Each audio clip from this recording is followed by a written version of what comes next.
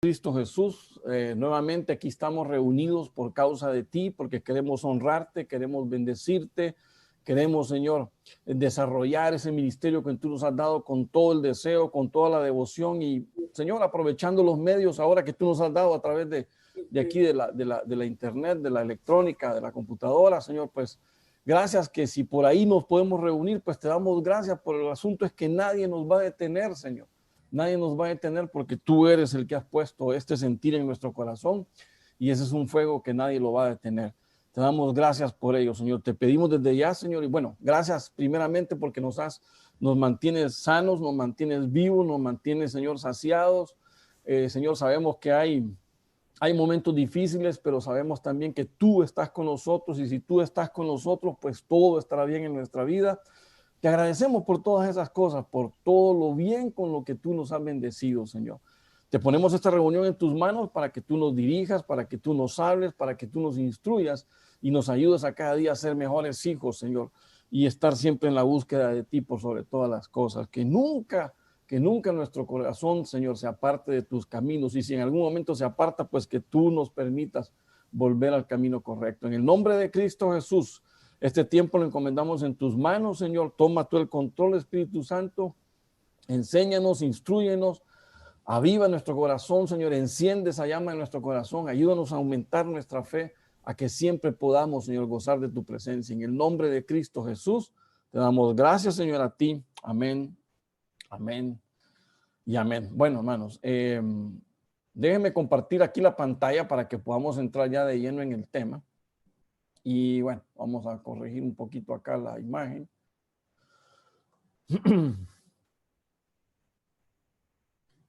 Ok, estamos listos entonces. Damos inicios, hermanos, para que vayamos bien con el tiempo.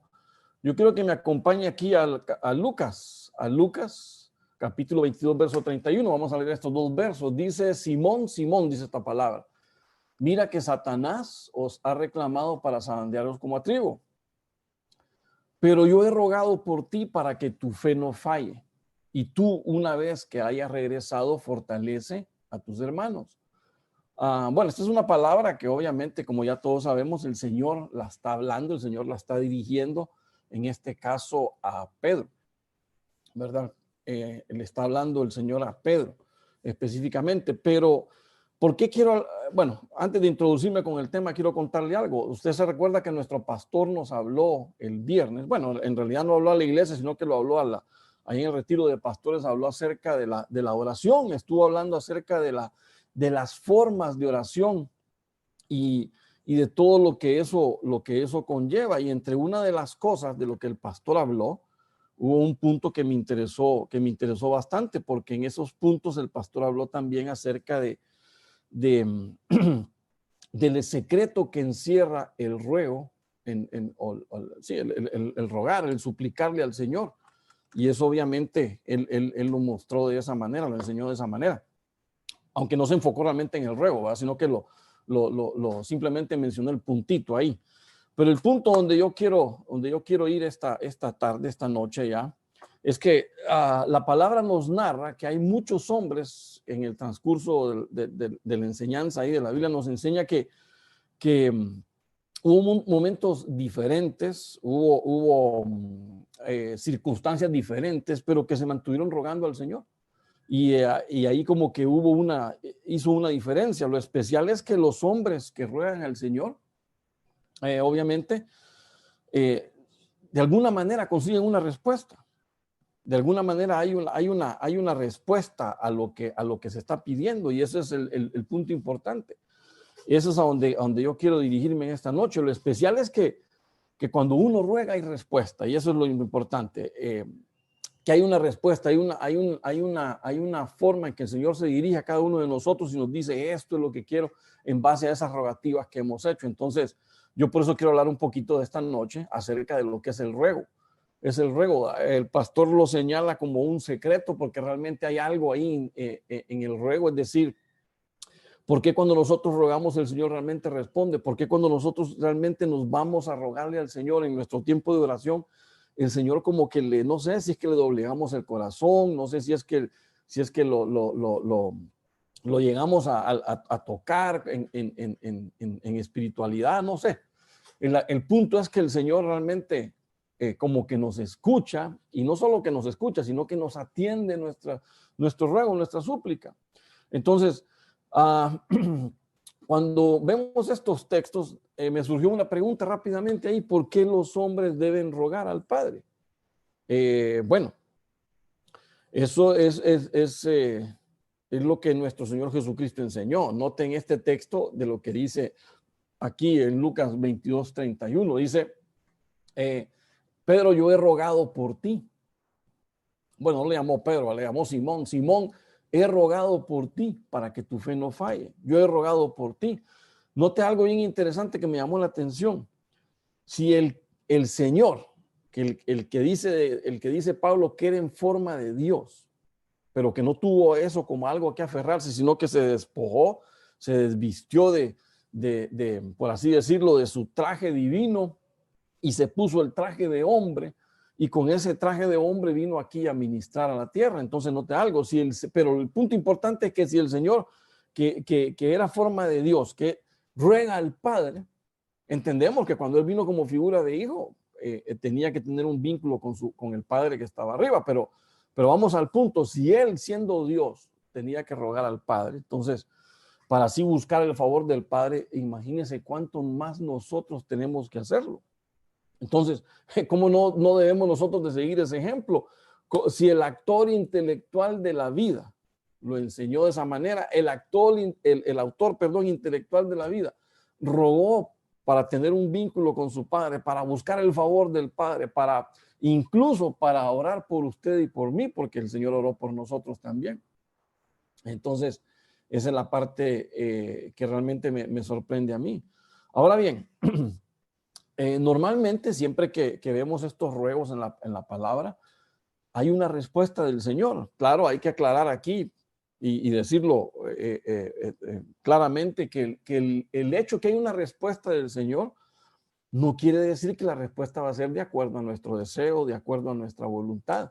No, la respuesta viene en función de la realización de la voluntad de Dios en nuestras vidas. El Señor va a buscar qué es lo que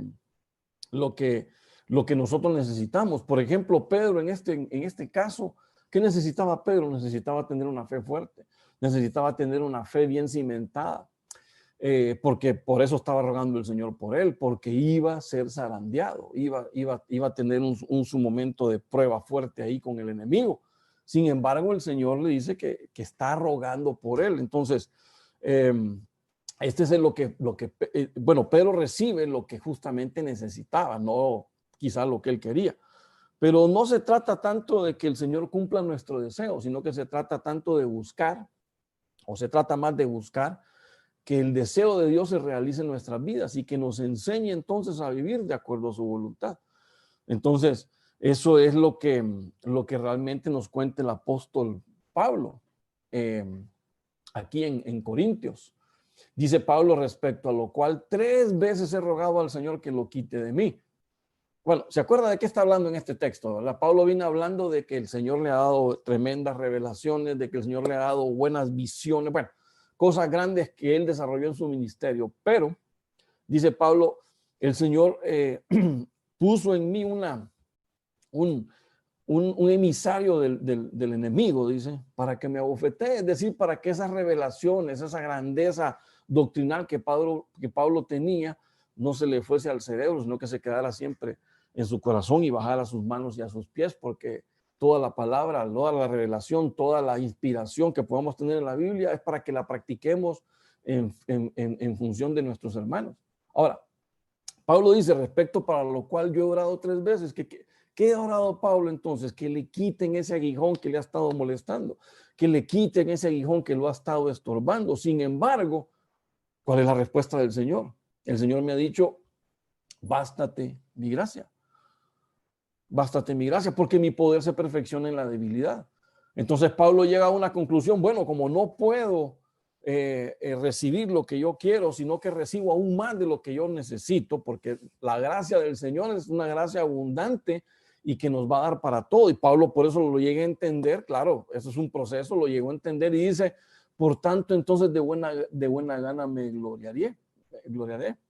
Más bien en mis debilidades, para que repose sobre mí el poder de Cristo. Entonces Pablo llegó a entender que sí tenía ese aguijón que lo estaba estorbando, que sí tenía ese aguijón que le estaba haciendo, si usted quiere, daño, pero que cuando el Señor le contestó, bástate mi gracia, él entendió que la gracia del Señor es cumple todo o te satisface en todo en tu vida.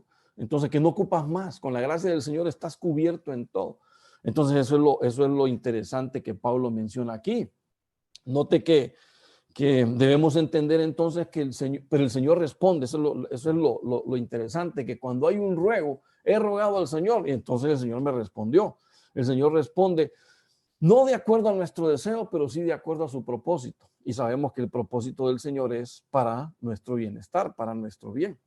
Entonces es para que realmente nosotros seamos realmente beneficiados, porque eso es lo que el Señor busca en ti y en mí, que tengamos un beneficio completo en función a lo que Él tiene trazado para cada uno de nosotros. Ahora bien, hay un plan determinado que Dios busca realizar en ti y en mí. Hay un plan que el Señor tiene preconcebido de alguna manera para cada uno de nosotros.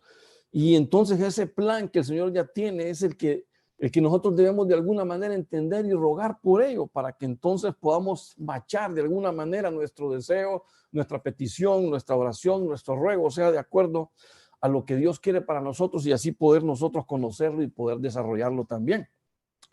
Por ejemplo, Moisés es otro ejemplo de esto.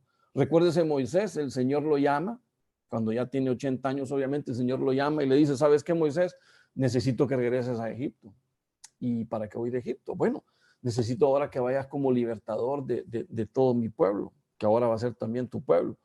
Entonces, ¿se acuerda que Moisés le dice, no, Señor, mira, yo no puedo hablar, soy bien corto de palabras, no puedo hablar bien, ya se me olvidó el egipcio, Señor, manda otro. Entonces el Señor le dice, no, vas a ir tú. Ese es el proyecto de vida que te tengo para ti y tú tienes que desarrollarlo. La respuesta del Señor es que, ¿qué le dijo el Señor? Sigue adelante, Moisés. No hay problema. Ahora tú vas a desarrollar un ministerio de liberación. Vas a sacar a mi pueblo de Egipto. Te liberaste tú, ahora lo vas a liberar a él. Pero ¿cuál es el punto? Que Moisés al principio no quería. Pero el proyecto de Dios era que lo hiciera. Y finalmente lo hizo. ¿Pero por qué? Porque él llegó a entenderlo. Entonces llegó a machar con eso. Entonces llegó a desarrollar su ministerio de acuerdo a como Dios quería por esa misma razón. Por eso es importante que nosotros aprendamos que en nuestras oraciones habrá momentos de ruego y que esos momentos de ruego es realmente para buscar la respuesta del Señor por nosotros o por lo que nosotros realmente estemos orando. Al mismo tiempo debemos de rogar para poder entender la respuesta. Nosotros tenemos que ser hábiles en poder saber si el Señor nos está respondiendo. Pablo claramente entendió, bástate mi gracia. Él entendió, ya sabía que esa respuesta lo iba a suplir para todo y entonces tenía que encaminar su vida en base a eso. Seamos sabios, que el mismo Señor nos dé el discernimiento para poder entender cuando Él nos responde. Entonces, en base a eso, cuando le rogaron a nuestro Señor Jesucristo, yo me quedé pensando, entonces cuando la gente rogaba, ¿qué esperaba? Cuando la gente rogaba, ¿qué encontraron realmente en el ruego? ¿Cuál fue la respuesta que el Señor brindó? Y eso es lo que quiero que estudiemos un poquito en esta noche, en estos minutos que tenemos. Entonces quiero que me acompañe. Vamos a ver 5 puntos ahí en los que más o menos logré ver de los beneficios y la bendición del ruego. Entonces note algo. En Marcos capítulo 7 dice así la palabra del Señor. Dice, porque una mujer cuya hija tenía un espíritu inmundo, luego que oyó de él, vino y se postró a sus pies. La mujer era griega y sirofenicia de nación y le rogaba que echase fuera de su hija al demonio. Entonces, note algo. Conocemos bien esta historia. ¿Qué pasó con esta mujer? ¿Qué pasó con esta? Bueno, que era, dice la Biblia, que era una mujer griega sirofenicia. Note algo. En el libro de Mateo, capítulo 15, se relata el paralelo de esta historia. Y obviamente ahí está la narrativa. ¿Por qué me voy al libro de Mateo? Porque ahí hay un hecho bien curioso. Y es que fíjese que Marcos no lo describe, pero Mateo sí lo pone. Y el punto es que cuando la mujer se viene a buscar al Señor Jesucristo, ella le clamaba al Señor, le rogabas, hazme, libera a mi hija, sana a mi hija, echa fuera ese demonio de mi hija, pero el Señor dice que no le contestaba ni una palabra. Pero lo curioso es que después vienen los discípulos y le ruegan al Señor, los discípulos, que mejor la eche, pues que la despida, porque de todos modos los estaba, como quien dice, molestando, y ellos entendieron que el Señor Jesucristo como que no quería hablar con ella. Pero lo interesante del asunto es que en ese momento el Señor responde. El Señor le responde a esta mujer sirofenicia. Y entonces dice la Escritura que cuando los discípulos le rogaron al Señor que lo despidiera, él entonces ahí mismo respondió. Ahora, ¿a dónde lo quiero llevar? No solo lo respondió, porque de alguna manera el Señor lo que estaba haciendo era probándola, a ver hasta dónde llegaba ella. ¿Qué es lo que quería encontrar el Señor? Quería encontrar la humildad, ¿verdad? Algunos historiadores y comentaristas dicen de que como era una mujer griega, sirofenicia, probablemente era una mujer de una buena posición económica y quería ver hasta dónde llegaba. Y más por lo que el Señor le dice, porque el Señor también le prueba su fe. Entonces el Señor quería sacar a ver qué había en el corazón de esta mujer. Note lo que dice en Marcos capítulo, ahí en el mismo capítulo, verso 27, continuando la historia. Jesús le dijo, deja primero que se sacien los hijos, porque no está bien tomar el pan de los hijos y echarlo a los perrillos, ¿verdad? Bueno, usted ya conoce toda esa historia también. Respondió ahí y le dijo, sí, Señor, pero aún los perrillos debajo de la mesa comen de las migas o de las de los que dejan los hijos o de los hijos. Entonces él dijo, por esta palabra ve y el demonio ha salido. Entonces, note algo bien interesante en todo esto. Esta mujer entendió perfectamente bien las palabras del Señor Jesucristo. Es decir, note que ella nunca le reprochó al Señor, ni se sintió ofendida con lo que el Señor le dijo. Solo hubo palabras de humildad. Ese es el punto donde yo voy. ¿Por qué el Señor encontró humildad en este ruego? Porque, bueno, el Señor la probó y eso es lo que encontró. Encontró que esta era una mujer humilde. Ante todo era una mujer humilde. Ella le llegó a responder al Señor que con las migas que los hijos dejen, con eso a ella le basta. Hermanos, en cierta forma siempre ha sonado ofensivo esto que el Señor le estaba diciendo a esta mujer. Pero esta mujer se fue más allá con el Señor, porque le dijo, Señor, con las migas que tú me des, las migas que tus hijos dejan, dámelas a mí, yo con ellas voy a salir adelante. Entonces, era una rogativa realmente sencilla de corazón, de un corazón humilde realmente, y note que realmente ahí lo único que buscaba ella que el Señor liberara a su hija, eso era todo.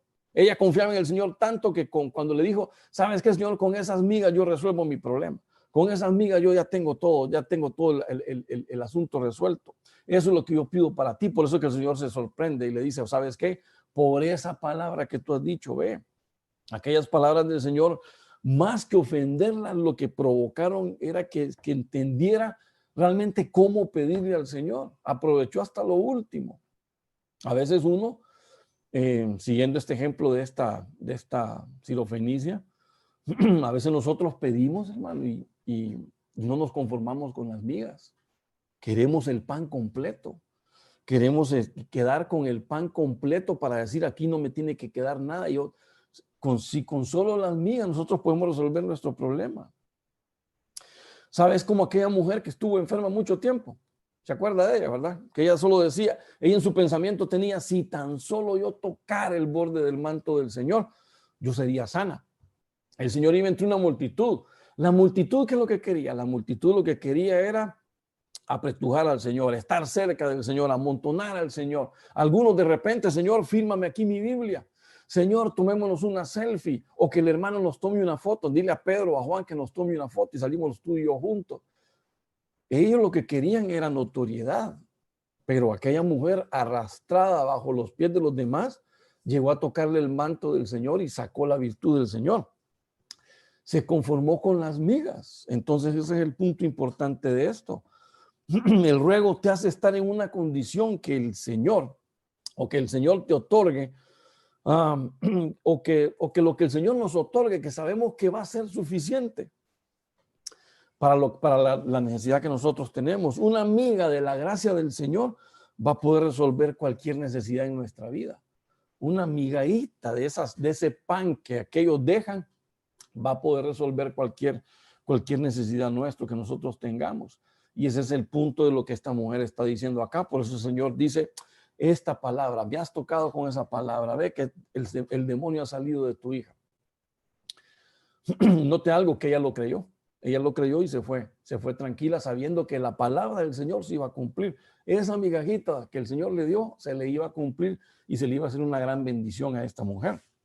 Notemos cómo rogaba David por una liberación. En Salmo 142 dice, atiende mis ruegos, pues me encuentro muy débil. Líbrame de mis enemigos, pues son más fuertes que yo. Sácame de esta angustia para que pueda alabarte.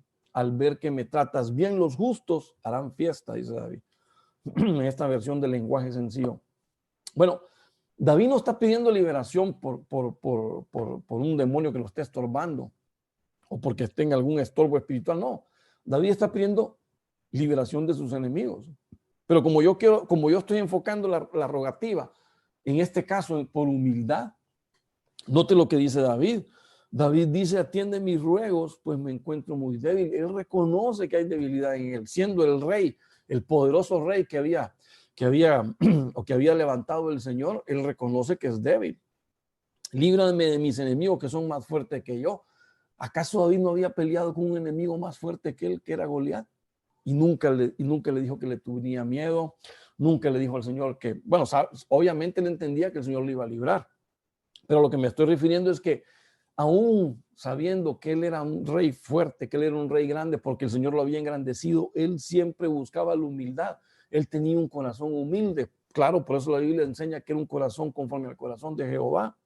Entonces, por supuesto, aquí en estos textos no vemos ninguna respuesta explícita, pero obviamente sí la vemos en el desarrollo de la vida de David, porque llegó a ser un rey que llegó a morir lleno de días, lleno de riqueza, lleno de un reinado grande que le heredó a su hijo Salomón. Entonces notemos toda la obra que desarrolló el Señor en él. Lo que trato de remarcar con David es que sabía que con un poco de la gracia del Señor, con una migajita de la misericordia del Señor, él se liberaba de sus angustiadores. Y eso es lo que David realmente está clamando acá. Notemos cómo lo hace.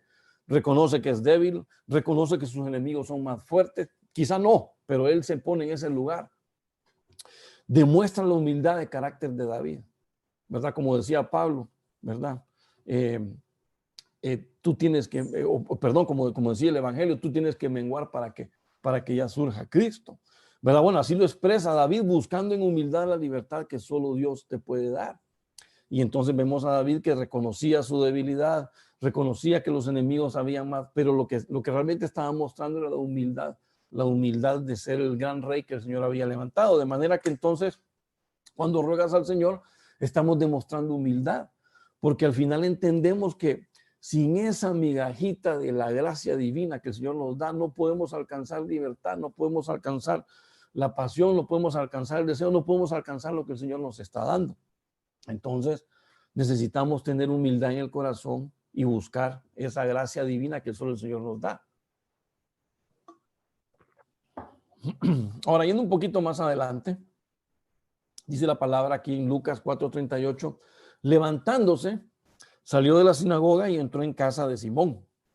La suegra de Simón se hallaba sufriendo con una fiebre muy alta y le rogaron por ella. E inclinándose sobre ella, reprendió la fiebre y la fiebre le dejó y al instante se levantó. Ella se levantó y le servía. Bueno, aquí vemos algo bien particular y es que aquí, no fue la suegra de Pedro la que rogó, sino que fueron otros los que rogaron por la suegra de Pedro. Y entonces vemos que estas son unas rogativas de intercesión. Aquí lo que vemos es que hay intercesión. Sé que de intercesión ya hemos hablado, pero déjeme puntualizar un poquito más acá porque hay muchas cosas más que platicar acerca de esto. Entre otras cosas, dice la palabra que esta suegra de Simón estaba sufriendo por una fiebre muy alta. Desde luego, ¿qué le impedía esto, este sufrimiento? ¿Qué le impedía esa fiebre? ¿Qué le impedía esa enfermedad? Le impedía el servicio al Señor. Le impedía que desarrollara un servicio al Señor. Entonces, ellos le dicen, ¿sabes qué, Señor? Mira, aquí está la suegra de tu amigo Simón, de tu compañero, de tu apóstol Simón. Te pedimos te pedimos que la sanes, te rogamos por ella porque ha sufrido unas fiebres muy fuertes. Entonces, este grupo de hermanos le hacen ese ruego al Señor por ella. Esto sería el ruego obviamente intercesor. Va a rogar al Señor no por un beneficio personal. Note algo, un intercesor nunca ruega por un beneficio personal, sino más bien por el de su hermano. Ruega por el beneficio de los demás, ruega por el bienestar de los demás, ruega por la salud, por todas las cosas que los demás estén necesitados, estén pasando. Entonces, ese es el punto del intercesor. Esto es interesante tomando en cuenta, por ejemplo, el entorno en el que estamos viviendo ahora. Tú y yo que estamos sanos necesitamos interceder por los que van enfermando o interceder incluso por los que están necesitados, que no están enfermos, pero también tienen necesidad.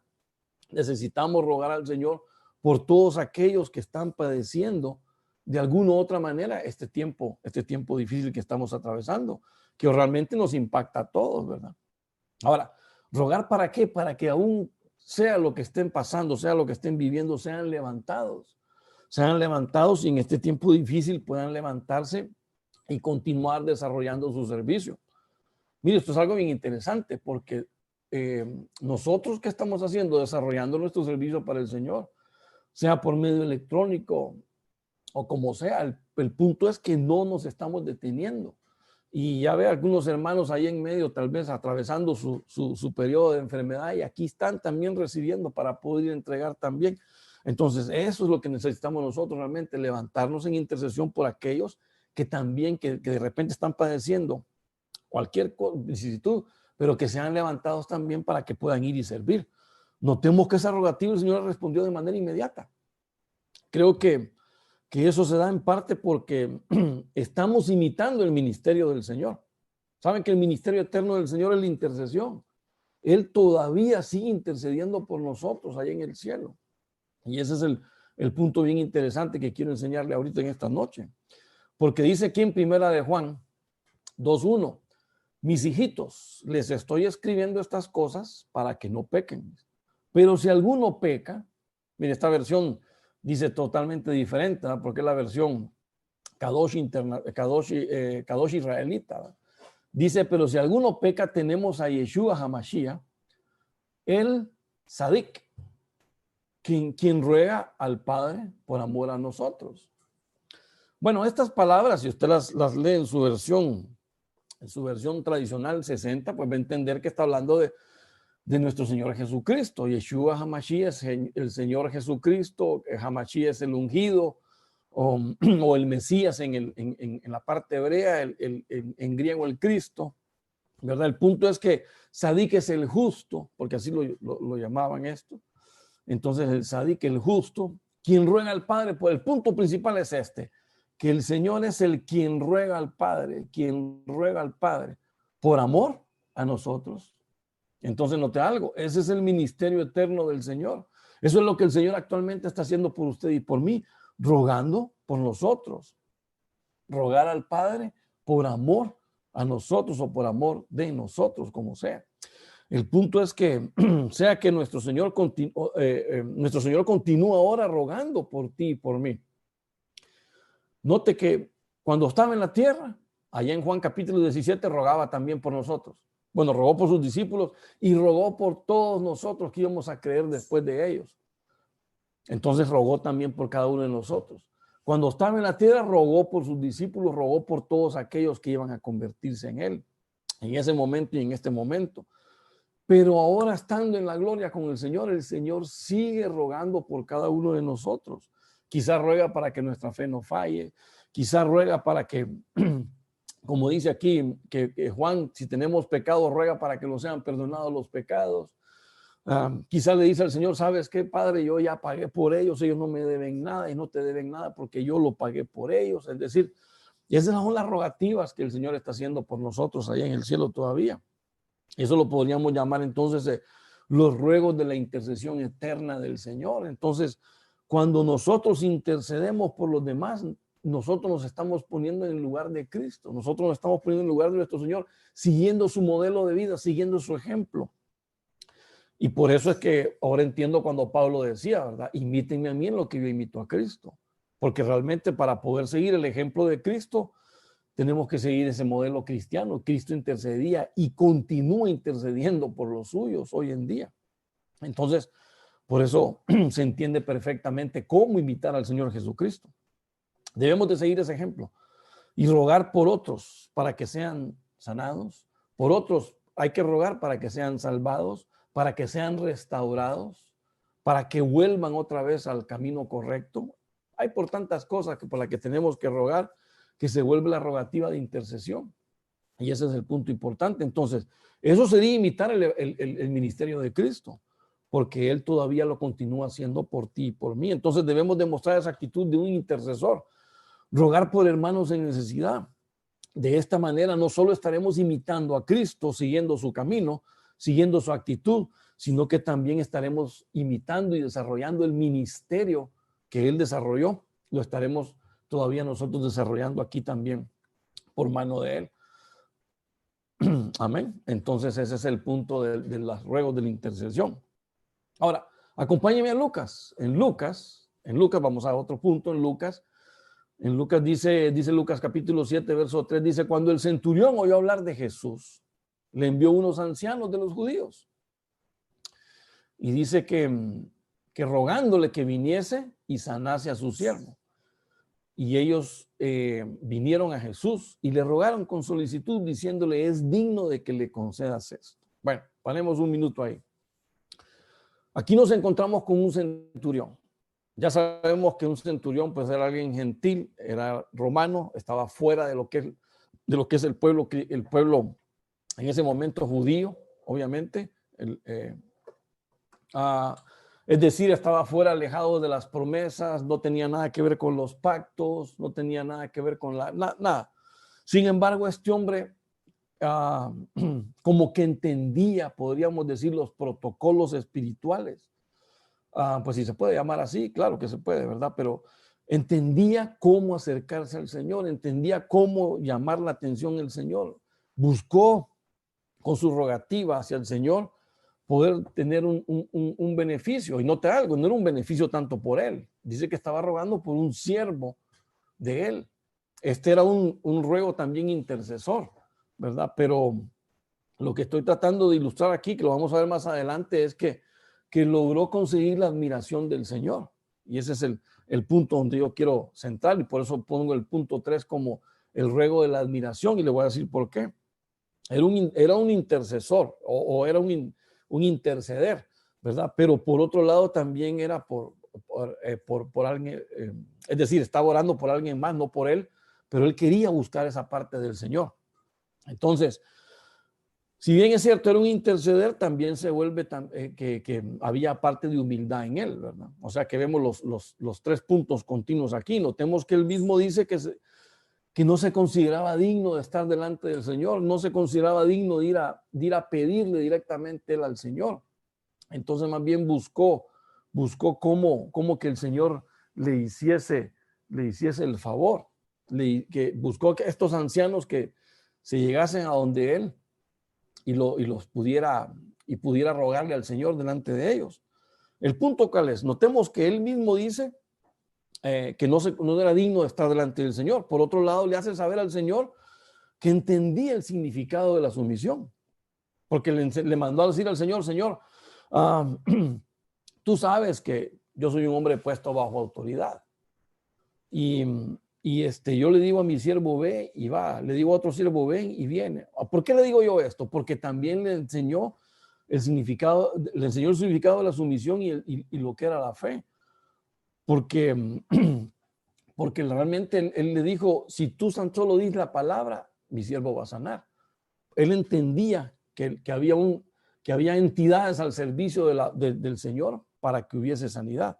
Entonces sorprendía al Señor el saber que este soldado romano sabía más que sus connacionales acerca del temor al Señor, acerca de cómo entrar en plática, cómo entrar en conversación, cómo entrar en un ruego, cómo lograr sacar una virtud del Señor.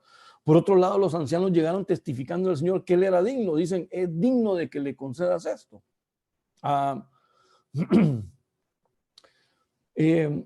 ¿Por qué era digno? Me imagino que el Señor preguntó, ¿por qué era digno? Bueno, ellos dijeron, porque nos construye sinagogas. Es decir, nuestros lugares de reunión, Él ha tenido a bien en hacérnosla. Nuestros lugares donde nos comunicamos contigo, Él ha tenido a bien hacérnoslas. Entonces, por eso es que Él es digno. ¿Por qué? Porque obviamente tenía una fe grande en el Señor. El centurión tenía una fe grande en el Señor. Tal era su fe que le pidió al Señor entonces, como les dije un poquito antes, que solo diera la palabra. Señor, solo di la palabra. Y como yo sé que soy yo, y que yo sé que tú tienes entidades bajo autoridad, así como yo las tengo, como yo tengo hombres bajo mi autoridad, ellos van a hacer lo que yo les diga. Entonces esas entidades bajo autoridad van a hacer lo que tú digas. Y si tú das la palabra, estas cosas van a venir, dice este hombre. Entonces, sabía que si el Señor daba la palabra, el siervo iba a ser sano. Notemos cómo cierra esta historia. En Lucas 7:9 dice, al oír esto, Jesús se maravilló de él. Y volviéndose dijo a la multitud que le seguía, os digo que ni aún en Israel he hallado una fe tan grande. Y cuando los que habían sido enviados regresaron a la casa, encontraron sano al siervo. Entonces noté algo bien importante. ¿Qué más podemos decir de este hombre? Note lo que dice el Señor, que Jesús, o que dice la escritura, ¿va? Jesús se maravilló de él. Por eso digo yo que tuvo su admiración. ¿Por qué? Porque el Señor encontró en este gentil una fe, ¿qué más le podemos decir? La forma, el protocolo divino de cómo accesar al rey, para sacar una virtud. Este gentil lo entendía mejor que los hijos del reino. Increíble, ¿verdad? Pero entonces un hombre gentil que entendió mejor de cómo poder hacer mover la mano del Señor. Logró hacer lo que pocos han logrado, maravillar al Señor. No sé cuántas veces aparecerá en la Biblia, no me he detenido a buscarla y hubiera sido una buena opción verla para ver cuántos maravillaron al Señor. Porque de este Señor se maravilló, se admiró de él, de la fe que él tuvo, del manejo del entendimiento de cómo lograr obtener un recurso de parte del Señor, de cómo obtener respuestas de parte de Dios. Perdón, no habíamos terminado todavía. Entonces él entendía que todo lo que hay que pedir para obtenerlo, hay que hacerlo como creyéndolo en el Señor. Eso es todo. A esto es lo que se le llama fe, definitivamente. Ahora nosotros, que somos sus escogidos, que somos sus hermanos, debemos de entender cómo maravillar también al Señor. Este lo logró. Debemos de rogar sabiendo que el Señor hará por nosotros. Debemos de rogar conociendo que Él tiene respuestas a nuestras rogativas, de que el Señor está listo para podernos suplir según su voluntad, no según nuestro deseo, según nuestra necesidad, lo que le estamos rogando al Señor. Pero ¿cómo? Cuando lo maravillamos, cuando encuentra en nosotros la admiración. ¿Por qué? Porque le creemos. Note lo que dice ahí, que cuando ellos regresaron a casa, ya encontraron sano al siervo. Seguro este hombre entendía perfectamente que el Señor le iba a dar sanidad. El centurión entonces rogaba al Señor con fe, entendiendo que el Señor iba a actuar, conociendo que hay que acercarse al Señor, conociendo los protocolos divinos. Logró no solo conseguir la admiración del Señor, logró maravillarlo también a él y obtener realmente la respuesta a lo que él andaba buscando, obtener el recurso de lo que él andaba buscando. Ese es el ruego que nosotros necesitamos trabajar, creyéndole al Señor para poder tener la admiración de él. Ahora, un punto más. En Juan 4:40 dice, de modo que cuando los samaritanos vinieron a él, le rogaban que se quedara con ellos. Y se quedó allí 2 días. Y muchos más creyeron por su palabra. Mire aquí. Usted ya sabe de lo que estamos hablando acá. Bueno, básicamente, ¿qué es lo que estaban pidiendo estos samaritanos? ¿Qué es lo que pedían estos samaritanos? Pedían estar en la presencia del Señor. Ellos querían la presencia del Señor. Ese ruego de los samaritanos es un ruego bien particular. Ellos no estaban rogando por salud. Ellos no estaban rogando por liberación. Ellos no estaban rogando por siquiera un alimento, por un techo, por vestimenta. No estaban rogando por nada de eso. Ellos lo que querían, Señor, quédate con nosotros. Señor, instrúyenos. Señor, háblanos, enséñanos. Eso es lo que ellos querían, tener un tiempo, una comunión con el Señor. Y eso es lo interesante de estos samaritanos. Rogaron por la compañía del Señor. Rogaron por el deseo de estar con Él. Estos eran los ruegos que ellos tenían al Señor. ¿Cuántas veces hemos rogado nosotros por tener compañerismo con el Señor? A veces rogamos, Señor, mira, los hermanos han estado enfermos, dan sanidad. Señor, te pido para que me mantenga sano. Señor, te pido para que nunca falte nada en la alacena. Señor, te pido. Es decir, no estoy diciendo que sea malo pedir por las cosas, de luego que no, pero ¿cuándo hemos rogado por tener amistad con el Señor? Estos hombres lo que buscaban eran amistad. Y note algo, eran samaritanos, eran enemigos del pueblo judío y rogaban que él como judío se quedara con ellos un tiempo. Querían recibir, querían entender, querían saber, tenían curiosidad por las cosas espirituales y deseaban que el Señor las enseñara. Entonces, note qué paradójico suena esto, porque sus connacionales, los judíos, desechaban al Señor. En algunos momentos decían, ¿qué les parece? ¿A qué no va a venir a la fiesta? ¿Y quién lo quiere a él? Mejor que no venga, porque nos anda atormentando con lo que dice. Esos eran sus connacionales, sus hijos, su nación, su pueblo lo desechaba. Y estos, que eran samaritanos, enemigos judíos, o de enemigos de los judíos, deseaban estar con el Señor. Entonces es algo bien paradójico, digo yo, ¿verdad? Pero bueno, donde no lo recibían, al Señor sí también le abrían las puertas en otro lado. Entonces, ¿qué es lo interesante de esto? Había un deseo genuino de estos hombres, había un deseo genuino de ellos por estar con el Señor. Que realmente el Señor también, como dice Pablo, a que Él ponga el querer como el hacer en nosotros, que realmente nosotros tengamos un deseo por tener compañerismo con el Señor, no por pedirle solamente, sino por poder platicar, por poder contarle nuestra vida, contarle nuestras grandezas y nuestras bajezas, contarle nuestras ganancias y nuestras pérdidas, contarle todo a nuestro Señor como cuando platicamos con un amigo. Eso es lo que ellos buscaban aquí. Entonces, usted sabe que este evento ocurrió, ¿por qué? Por el encuentro que el Señor tuvo con una mujer de esta nación, de los samaritanos, y cómo ella empezó a dar testimonio de lo que el Señor le había dicho, de lo que el Señor le había dado y que obviamente estaba cambiando ahora su corazón.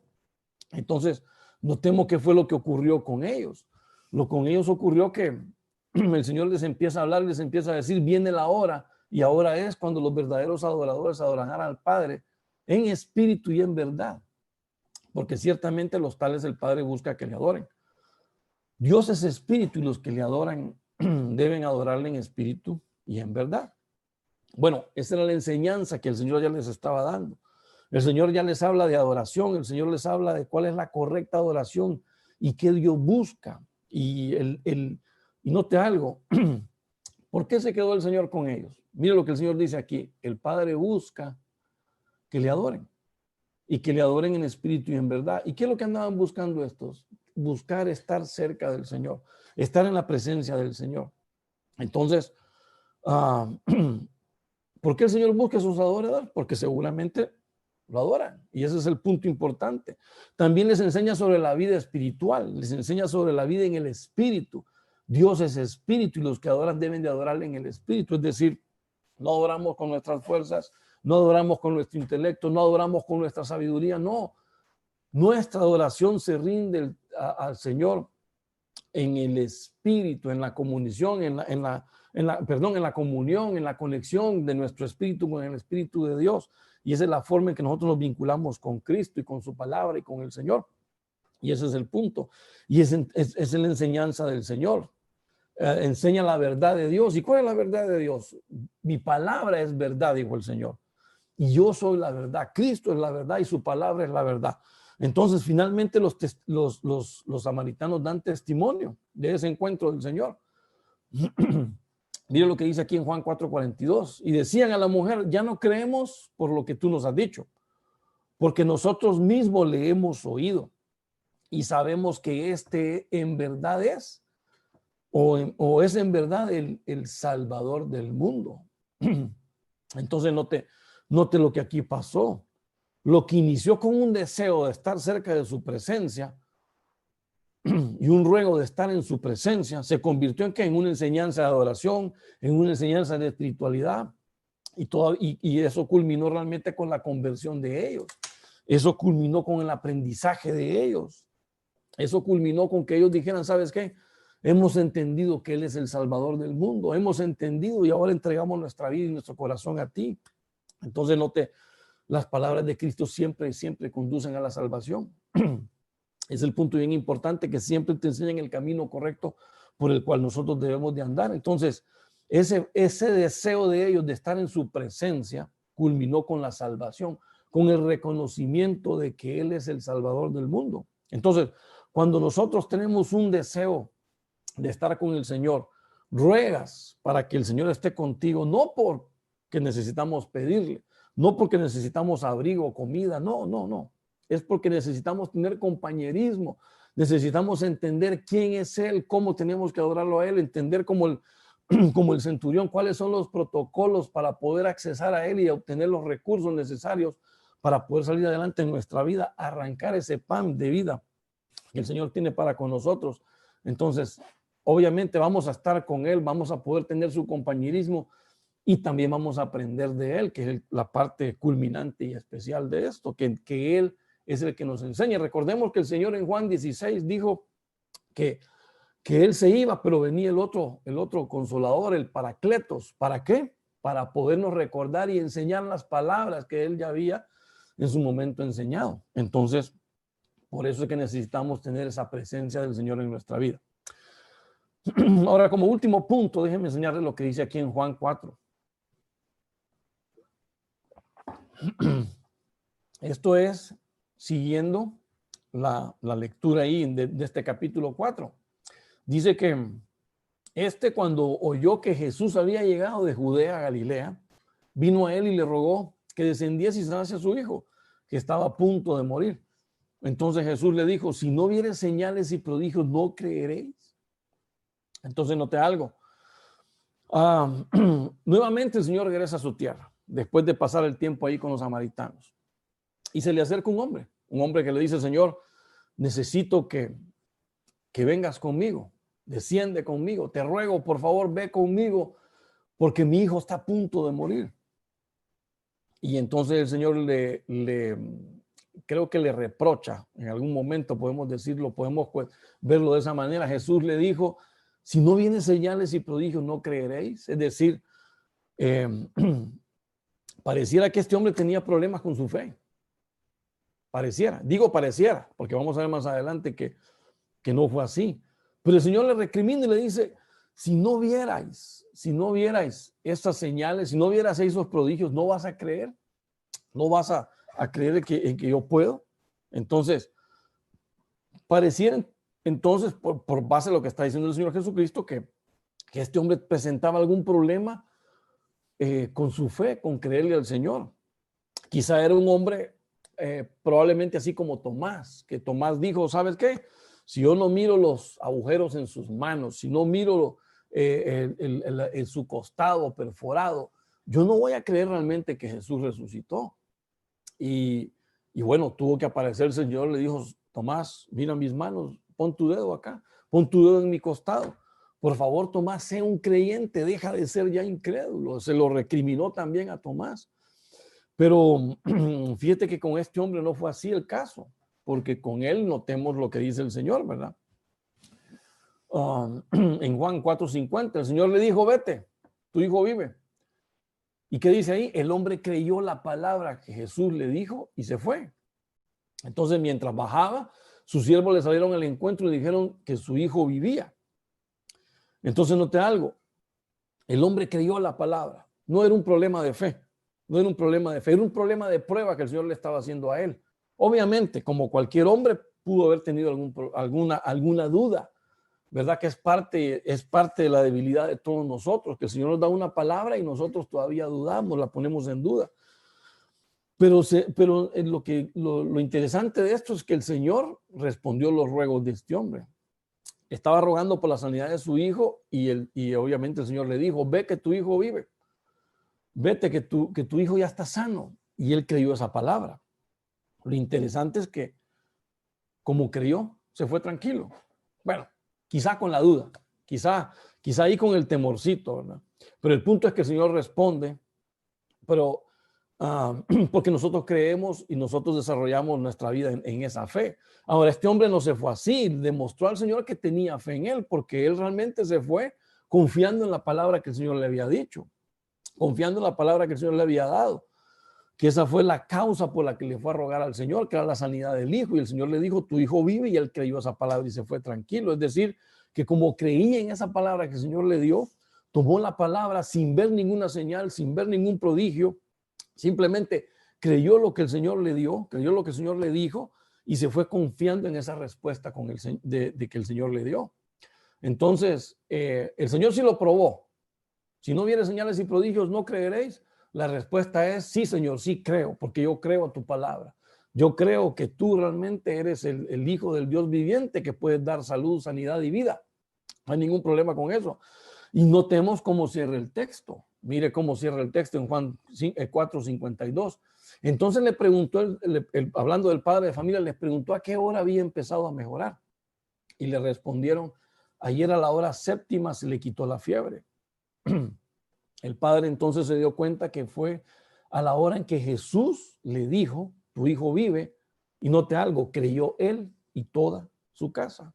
Entonces, este padre comprende que la hora que los siervos le indican coincidía con el momento en que el Señor le había dicho que se fuera, y que el Señor le había mandado a su casa, de que su hijo vivía. Realmente aquello era suficiente para aquel padre, ¿verdad? Porque si había alguna duda, pues como es propio de cualquiera, en ese punto ya no existía ninguna. Note lo que dice ahí, tu hijo vive y creyó él con toda su casa. Ya no había ninguna duda de si el Señor lo iba a sanar o no, si el Señor lo había escuchado o no.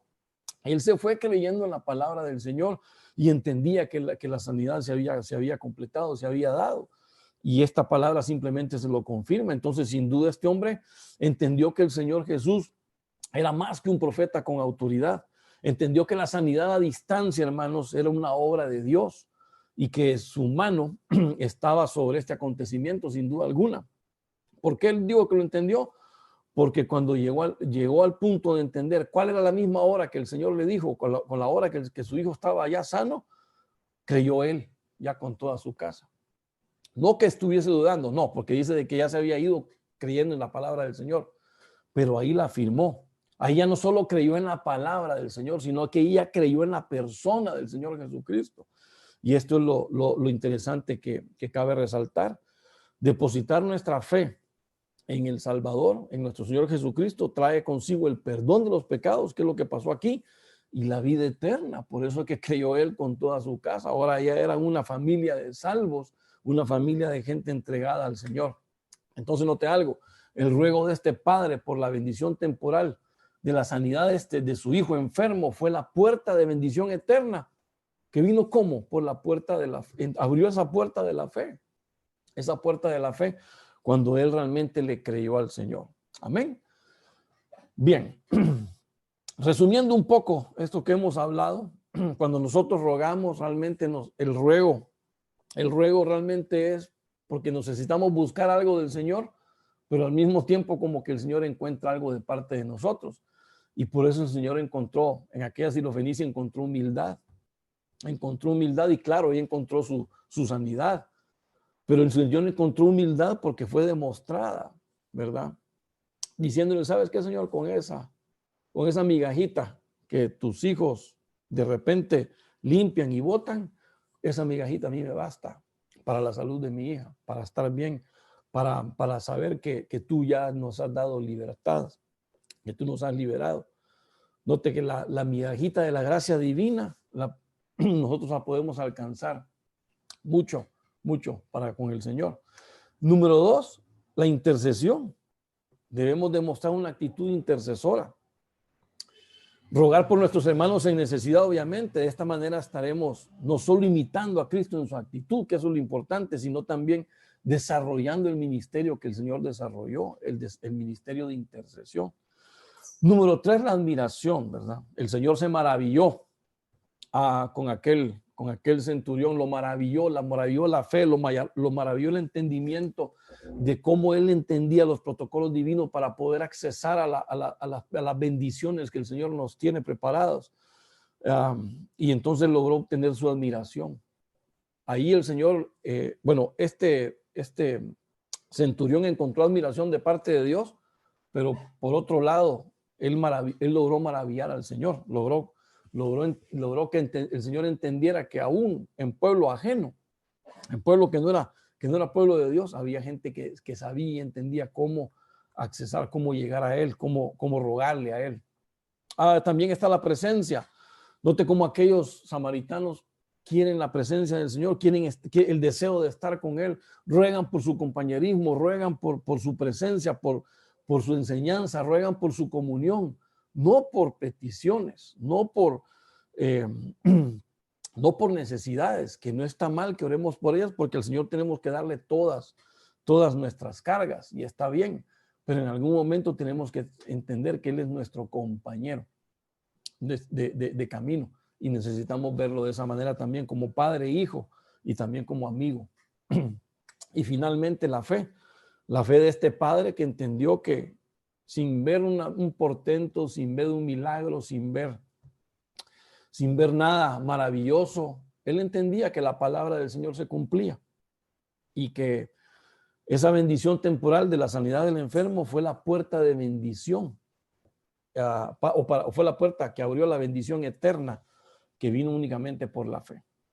Amén y amén. Bueno, oramos para cerrar ahorita esta enseñanza y de ahí pues nos quedamos ahí comentando ahí de la palabra. Padre, en el nombre de Cristo, te damos gracias, Señor, por este tiempo que tú nos has regalado con tu palabra. Gracias, Señor, porque has estado con nosotros. Gracias porque nos ayudas, nos encaminas, mi Dios, y porque en todo momento tu presencia ha estado con nosotros. En el nombre de Cristo, desde ya te rogamos por cada uno de nuestros discipulados para que se puedan desarrollar, para que se puedan salir adelante, para que podamos multiplicarnos aún en este momento, Señor, ahí a través de estos medios electrónicos, que igualmente lo podamos desarrollar. Es un servicio que lo entregamos a ti con todo el corazón, con toda la devoción y queremos hacerlo siempre, Señor, en el nombre de Cristo Jesús.